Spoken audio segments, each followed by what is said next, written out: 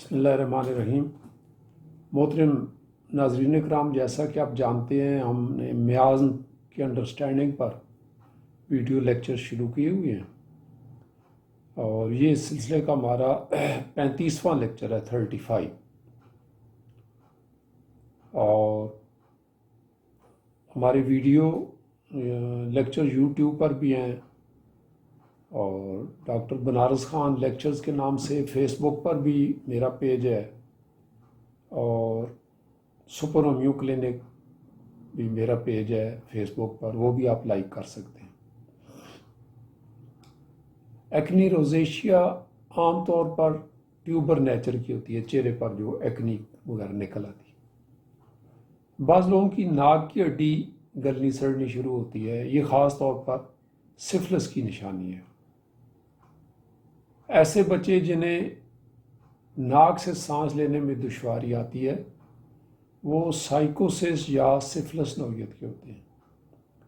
سائیکوسس میں ناک کی ہڈی ناک کے اندر السر یا چھلکے نہیں بنتے، جبکہ سفلس میں ایسا ہوتا ہے۔ سورا کا چہرہ عام طور پر زردی مائل مٹیالے رنگ کا ہوتا ہے، بعض دفعہ آنکھیں اندر کو دھنسی ہوتی ہیں اور آنکھوں کے نیچے ہلکے پڑے ہوتے ہیں، لیکن یہی چیزیں آپ کو ٹیوبر میاز میں بھی تقریباً ملتی ہیں۔ آپ نے دیکھا ہوگا کہ بعض بچوں کے گالوں پر وہ گول گول سرخ دبا سا بن جاتا ہے، یہ بچوں میں خاص طور پر ٹیوبر میازم کی نشانی ہے۔ چہرے اور سر میں گرمی کی لہریں یا سینے پر گرمی کی لہریں محسوس کرنا ٹیوبر میازم ہے۔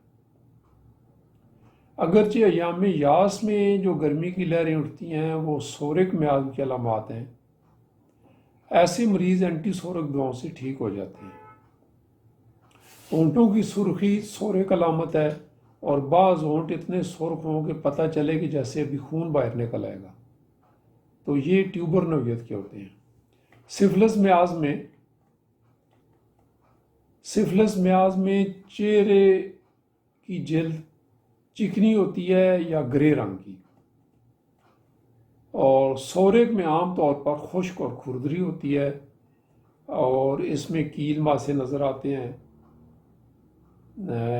بعض لوگوں کا چہرہ ایسے لگتا ہے کہ جیسے انہوں نے منہ ہی نہیں دھویا ہوا، یہ سورا میاز میں ہوتا ہے۔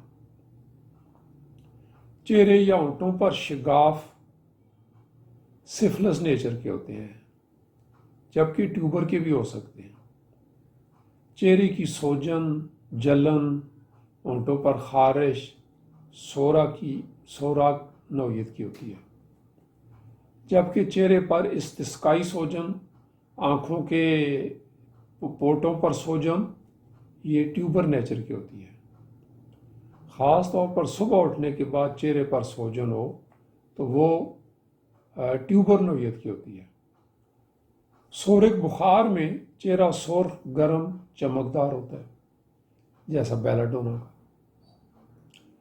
بخار ہوتا ہے، اور ٹیوبر میاز میں سرخی کی بجائے اس میں پیلنس زیادہ آ جاتی ہے، زردی مائل ہو جاتا ہے۔ اس طرح ٹیوبر کے بخار میں دونوں گالوں پر سرخی آ جاتی ہے۔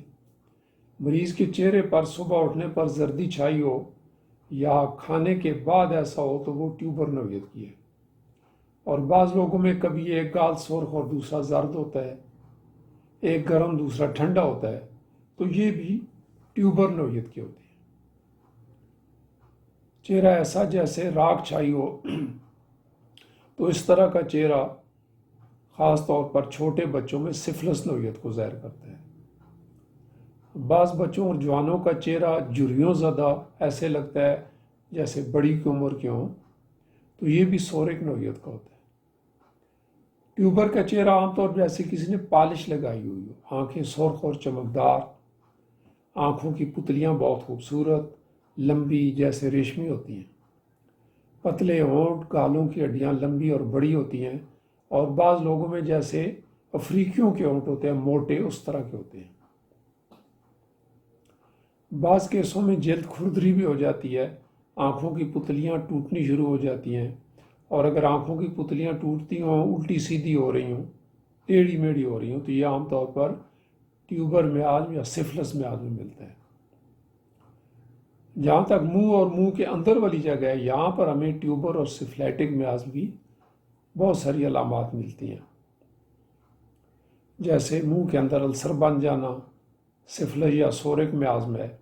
اس طرح منہ کے اندر گلینڈز ہیں، ان کے اندر سوجن یا ان میں کوئی پیتھالوجیکل تبدیلی آ رہی ہو تو یہ سفلس یا بایو نیچر کی ہوتی ہے۔ منہ کے اندر سے جریان خون ہو، مسوڑوں سے خون نکلتا ہو تو یہ ٹیوبر یا سفلس نیچر کا ہوتا ہے۔ بعض لوگوں میں ذرا سا مسوڑے کو ٹچ کرنے پر خون بہنا شروع ہو جاتا ہے اور مسوڑے دانتوں سے جگہ چھوڑنا شروع کر دیتے ہیں، اسفنج کی طرح ہو جاتے ہیں، یہ سب بھی ٹیوبر نیچر کا ہوتا ہے۔ ایسے بچے جن کے دانت ٹیڑھے میڑھے اور عجیب طرح سے اگاتے ہیں اور گلنا شروع ہو جاتے ہیں، یہ ٹیوبر اور سفلس نیچر کے ہوتے ہیں۔ آپ نے دیکھا ہوگا کہ بعض بچوں کو دانت نکلنے کے زمانے میں شدید ڈائریا اور بخار ہو جاتا ہے اور وہ بہت تنگ پڑ جاتے ہیں، یہ سارا سفلس اور ٹیوبر نیچر کا ہوتا ہے۔ تو یہاں پر ہم لیکچر 35 ختم کرتے ہیں، 36 میں پھر آپ کے پاس حاضر ہوں گے۔ Thank you so much.